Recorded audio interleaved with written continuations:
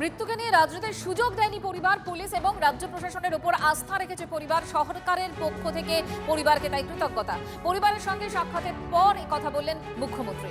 যারা পিটিয়ে মারলো তাদের শাস্তি চাই, সরকারের উপর আস্থা রেখে বললেন মৃতের স্ত্রী এবং প্রাক্তন তৃণমূল কাউন্সিলর।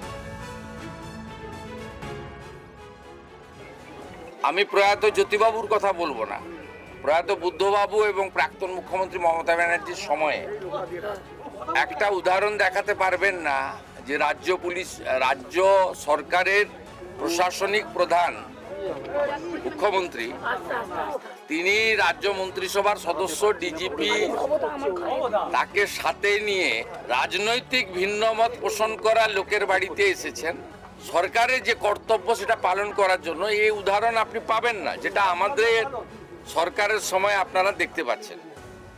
পরিবারও কমপ্লিটলি তৃণমূল পরিবার, ওর মিসেস কাউন্সিলর, তারাও বর্তমান সরকার এবং পুলিশ প্রশাসনের উপরে হায়ার লেভেলের উপর, লোকাল পুলিশের উপর ওদের অভিযোগ আছে, সিপি ডিজিপির উপরে, ডিএম এর উপরে, চিফ মিনিস্টারের উপরে, লোকাল এমএলএ এর উপরে কনফিডেন্স রেখেছে। এটা আমাদের বড় পাওয়া। সবার আগে আমি চাই তদন্ত। তারপরে উনি যেহেতু আমাদের সিএম, উনি আমাকে আশ্বাস দিয়েছেন যে উনি আমার বাচ্চাদের ভবিষ্যৎ এবং আমাকে সেই রাস্তা উনি করে দেবেন। উনি আমাকে দিলে আমি মাথা পেতে নেব, এটা হচ্ছে প্রথম। কিন্তু আমার একদম প্রথম দাবি হচ্ছে আমার ওই যারা যেই মানে আইসি বা যে পিসিওসি যারা আমার স্বামীকে হত্যা করেছে লকআপে নিয়ে, যেখানে আমার স্বামীর নামে কোনো মানে কেস ছিল না বা এফআইআর ছিল না, আমি সবার আগে তার একটা বিচার চাই। যে আমার এই যে 3 বছরের এখনো হয়নি, ছেলেটা ছোট, মেয়েটা 8 বছর, আমি তাদের নিয়ে ভবিষ্যতে চলবো কি করে? বাবা হারা একটা সন্তান, সেটা সবাই জানে কিভাবে বাবা ছাড়া একটা বাচ্চাকে মানুষ করা যে কত কঠিন। আমি তার বিচার সবার আগে চাই। আপনি তৃণমূল করেন, আপনি ভরসা রাখবেন মুখ্যমন্ত্রীর? অবশ্যই, তিনি যখন আমাদের সিএম, তিনি আমাকে ভরসা দিয়েছেন, আমি তার উপর পুরো 100% মানে আস্থা রেখে আছি।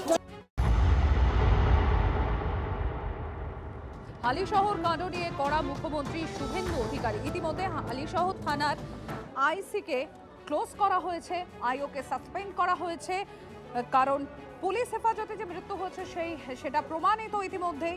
আর পাশাপাশি আপনাদের জানিয়ে রাখি, ম্যাজিস্ট্রেট পর্যায়ে তদন্তের নির্দেশ দেওয়া হয়েছে মুখ্যমন্ত্রী শুভেন্দু অধিকারীর তরফে। এবং মৃত তৃণমূল কর্মীর স্ত্রীকে চাকরি, মৃত তৃণমূল কর্মীর পরিবারকে 10 লক্ষ আর্থিক সাহায্য ঘোষণা মুখ্যমন্ত্রী শুভেন্দু অধিকারী।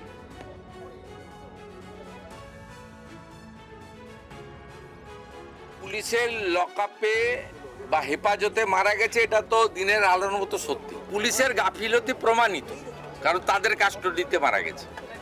আমরা প্রাথমিকভাবে থানার আইসিকে ক্লোজ করছি পুলিশ লাইনে, আর আইও ইনভেস্টিগেটিং অফিসার তাকে সাসপেন্ড করছি। ম্যাজিস্ট্রিয়াল ইনকোয়ারি এক্ষেত্রে প্রোটোকল ম্যান্ডেটারি।